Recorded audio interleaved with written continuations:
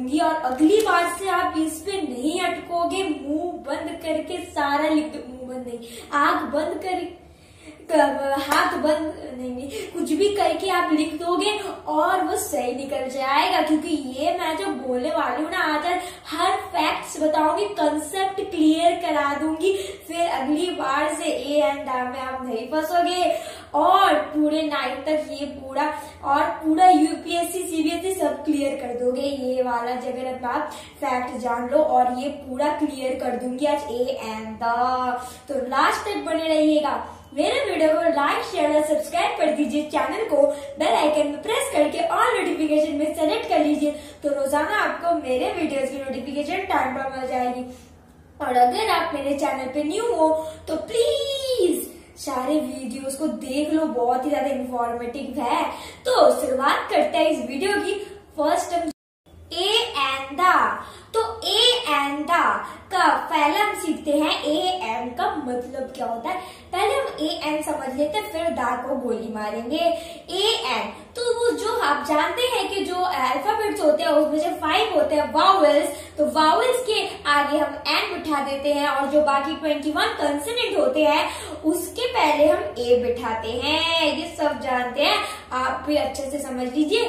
तो कंसोनेंट्स के आगे हम ए बिठाते हैं, वावेल्स के आगे ए एंड बिठाते हैं और इसका अच्छे से प्रोनाउंसिएशन है ए नहीं कहना, अ बॉय, अ कार, अ से आम, आ हिंदी वाला आ, और एन, इसका एन तो और न, आन, आ में आ की मात्रा और न, एन, ये वाला एन, एन, समझ आ गया इसका प्रोनाउंसिएशन। अब देखिए अब मैं आपको कुछ वर्ड्स बोल रही हूँ, उसके पहले क्या होगा आप बताना। ए एंड द में से पहले नंबर 1 वाला बताइए, एमएलए, इसके पहले क्या बैठेगा? आई थिंक आपने सोच लिया होगा, एमएलए के पहले बैठेगा द, बिल्कुल गलत। ए बिल्कुल गलत, जो बैठेगा ना वो है एन। अब सोचिए एन क्यों बैठेगा, देखिए इसका प्रोनाउंसिएशन करिए, MLA। शुरुआत में क्या लग रहा है आपको, ए का साउंड आ रहा है ना, AMLA ऐसा साउंड आ रहा है ना, तो इसीलिए अगर ए का साउंड आ रहा है इसीलिए हम एन बिठाएंगे, क्योंकि हमें पता है कि AEIOU के आगे एन होता है। तो एम, ए का साउंड आ रहा है इसीलिए MLA, ए का साउंड आ रहा है इसीलिए एन होगा, MLA। तो ए का साउंड आ रहा था इसीलिए हमने किया। और एक बार पूछती हूँ आपसे, वो है यूजेज। अब बताइए यूजेज के पहले क्या बैठेगा?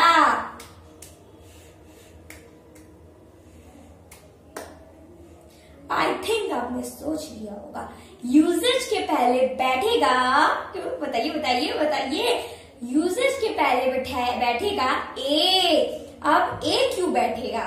ए बैठेगा इसीलिए क्योंकि यू, ठीक है, ये यू का ये जो है ये य का आ रहा है प्रोनाउंसिएशन, तो ये तो व्यंजन है, तो इसीलिए व्यंजन है, तो व्यंजन में अगर साउंड आए तो हमें तो पता है ए बैठना पड़ेगा, और अगर अ से अहाँ तक प्रोनाउंसिएशन आए तो वो एन होगा, व्यंजन।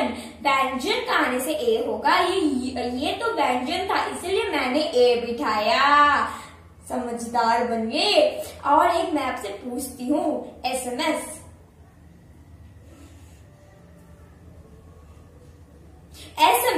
इसका क्या होगा? पहले देखिए SMS, इसका पहले क्या साउंड आ रहा है? ए, SMS, ए का साउंड आ रहा है इसलिए एन होगा, SMS।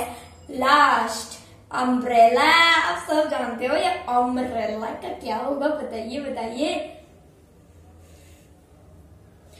तो अम्ब्रेला, इसका होगा सामने में एन, क्योंकि अभी हम सब मास्टर बन चुके हैं, हमें पता है कि अगर सामने में साउंड आएगा AEIOU या फिर कोई व्यंजन, नहीं व्यंजन स्वर्ग वर्ण का, तब वो हो जाएगा एन का।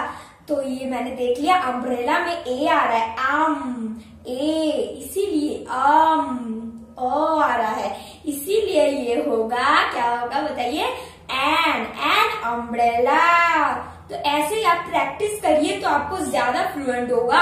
और एक ले लीजिए, एजुकेटेड।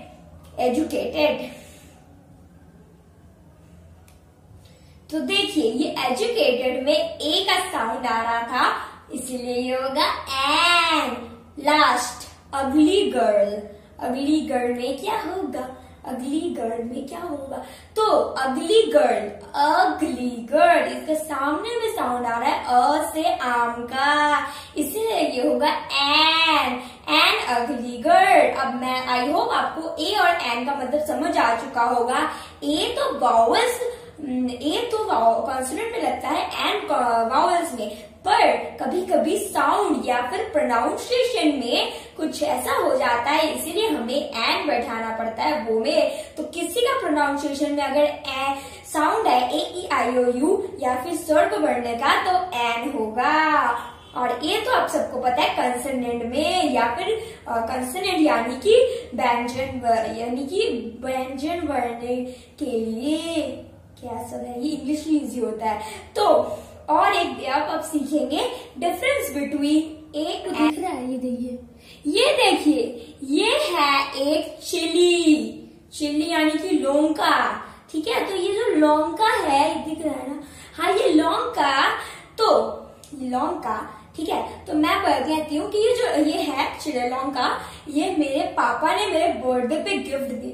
ऐसे कैसे हो सकता है, ठीक है, मेरे बर्थडे पे गिफ्ट दिया है मान लीजिए, तो ये लौंका मुझे खाने के लिए पापा ने गिफ्ट दिया है, तो ये बहुत स्पेशल है मेरे लिए, इसलिए मैं कहूंगी नहीं, ये मेरे लिए बहुत स्पेशल है। तो एक sentence, this is the chilli और दिस इज ए चिली। अब आप बताइए ये दोनों सेंटेंस में क्या है डिफरेंस। बहुत इजी, इस दोनों सेंटेंस में इसका चेंज है ए और द का। देखिए इस दोनों में क्या मतलब बन रहा है, this is the chilli. The हम तब बैठाते हैं जब हमें बोलना है कि ये मेरा चिली है, पापा ने गिफ्ट दिया है, ये प्लीज मत खाना, मैं ही ठूसूंगी।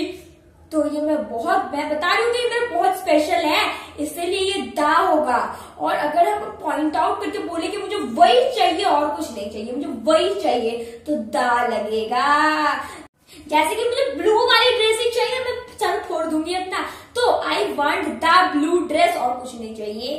तो इसीलिए जब हम पॉइंट आउट करके बताए जो मेरे लिए स्पेशल लाइन मेरे कुछ चाहिए ही चाहिए, तो द होगा। और दिस इज आ चले, इसका मतलब होता है कि मैं जब कह रही हूँ कि ये एक चिली है, ठीक है, तो ये बस ऐसी साधारण सी चिलिया है, देखो ये चिली है, एक चिली है, तो ये एक साधारण सी चिली है, इसलिए आ बैठा। तो हम जब ए बिठाते हैं तब कोई ऐसी साधारण चीज समझाते हैं, पर दा बिठाते हैं जब हम कुछ बहुत ही ज्यादा स्पेशल चीज समझा रहे हो या फिर पॉइंट आउट करके समझा रहे हो। तो आई होप आपको दा और ए के मतलब समझ आ गया होगा। और देखिए अब हम समझेंगे द का प्रोनाउंसिएशन, ए एन का समझ लिया द, और ये जो द है, ये द हम लोग करते रहते हैं, या फिर द करते हैं, इसका सही प्रोनाउंसिएशन जान लीजिए। जब ये द कॉन्सोनेंट के साथ, मतलब यानी कि जब एक वर्ड है उसका पहले एक कंसोनेंट है, जैसे कि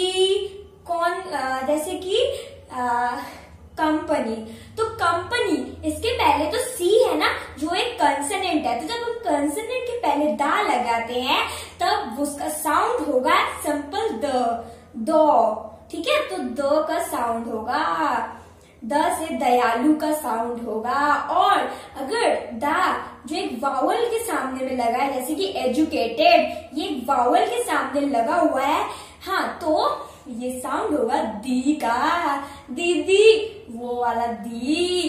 तो यानी कि द में ई की मात्रा, तो दी का साउंड होगा।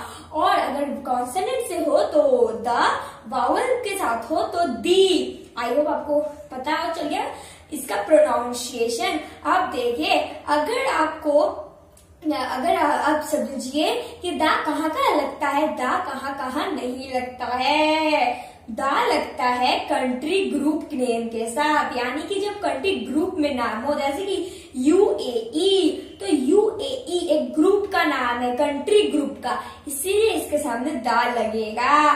पर अगर सिर्फ अमेरिका हो तो दा नहीं लगेगा, जैसे I live in the America, दा नहीं लगेगा।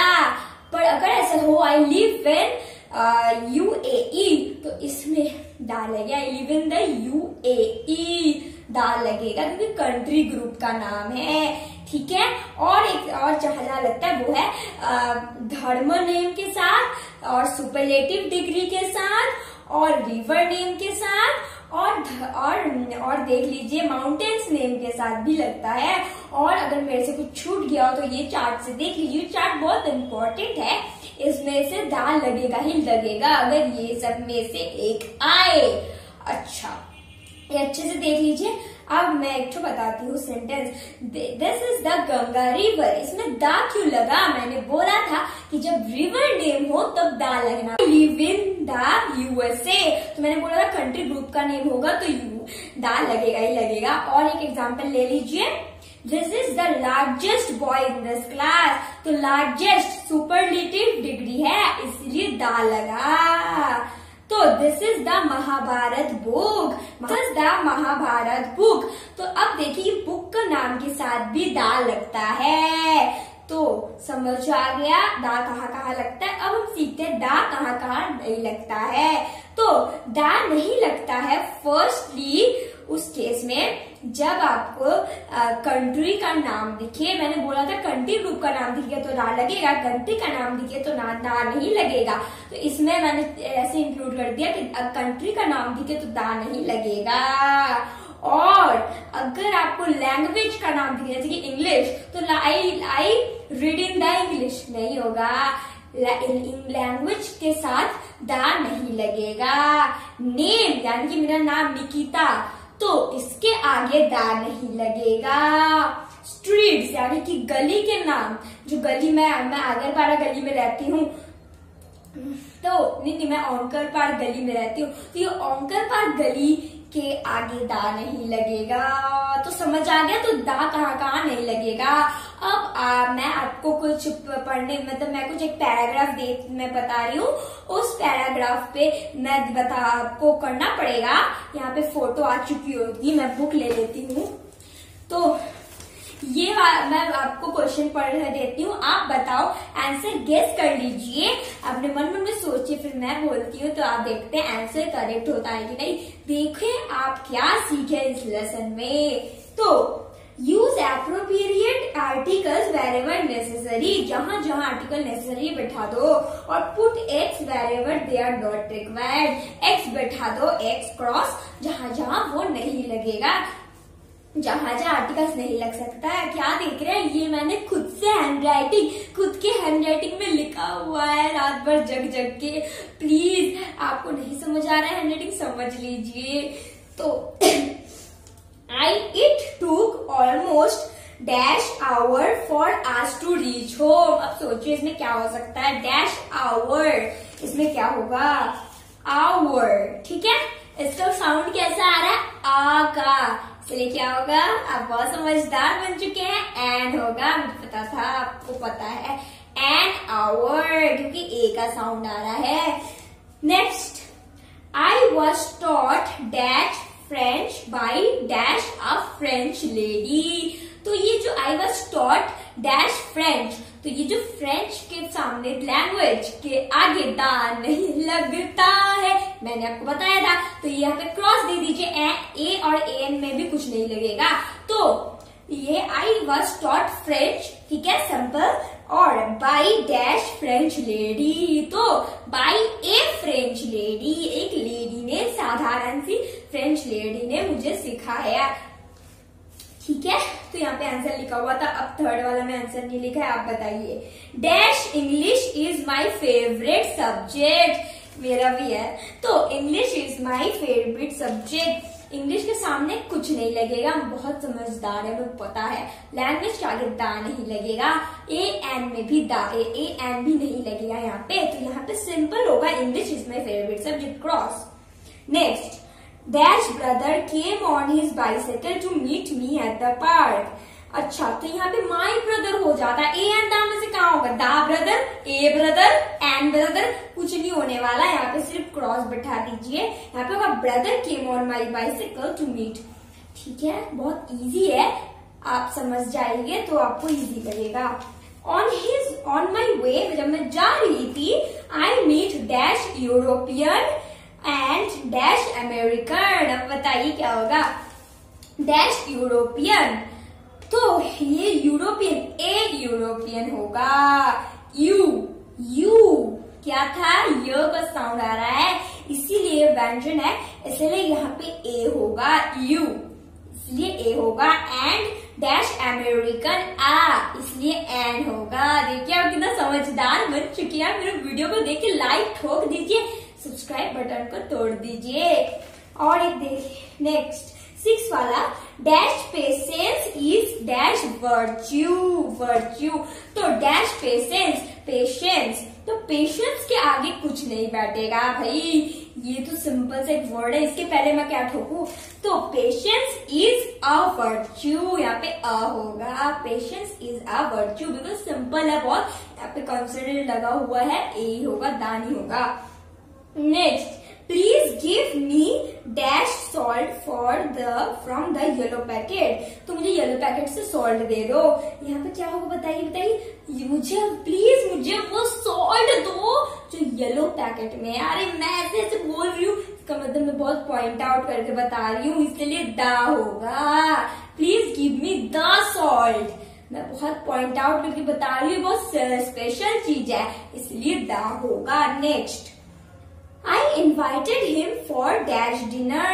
मैंने उसको इन्वाइट किया डिनर के लिए। I invited him for the dinner होगा, डिनर के लिए। I invited him for the dinner, यहाँ पे सिंपल समझ आ रहा है, दा होगा। I invited him for a dinner, and dinner नहीं। I invited him for the dinner. Last वाला, draw dash map of dash India. Draw a map of the India, बहुत इजी है। नहीं सॉरी, मैंने गलत बोल दिया। मैं गलत कैसे बोल दी? तो draw a map of cross India. Cross होगा क्योंकि हमने पढ़ा है जब कंट्री का नेम आएगा तब दा नहीं होगा। Draw a map of India, मैंने खुद ही गलत बोल दिया। रुक जाइए, अभी मत जाइए, एक और एक्सरसाइज है, लास्ट वाला एक्सरसाइज सुन लीजिए। तो I learn dash French in dash school. तो बताइए क्या होगा? बहुत इजी है। आई लर्न क्रॉस, फ्रेंच क्या कुछ नहीं होगा। I learn French in the school. तो next, dash moon was shining brightly. Dash moon, वो वाला मून, द मून। अच्छा, English is dash easy language. तो इजी ये है एक वावेल ई, इसीलिए होगा an. English is an easy language.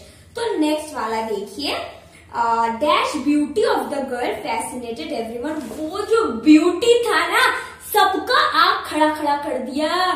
तो मैंने बहुत बोल दिया, आप समझ गए होंगे, ये दा होगा, जो पॉइंट आउट करके बताया। The beauty of the girl fascinated everyone. आओ लास्ट वाला देखिए, new Delhi is dash very costly place to live in. तो यहाँ पे जो है new Delhi is the very costly नहीं, कुछ नहीं होगा, यहाँ पे क्रॉस होगा। New Delhi is very costly place to live in, यहाँ पे डैश में कुछ नहीं होगा। समझ आ गया? So that's it for this video. I will be right back my new video. Till then take care and bye bye. और आई होप आपको सब समझ आ गया होगा, तो ये वीडियो को लाइक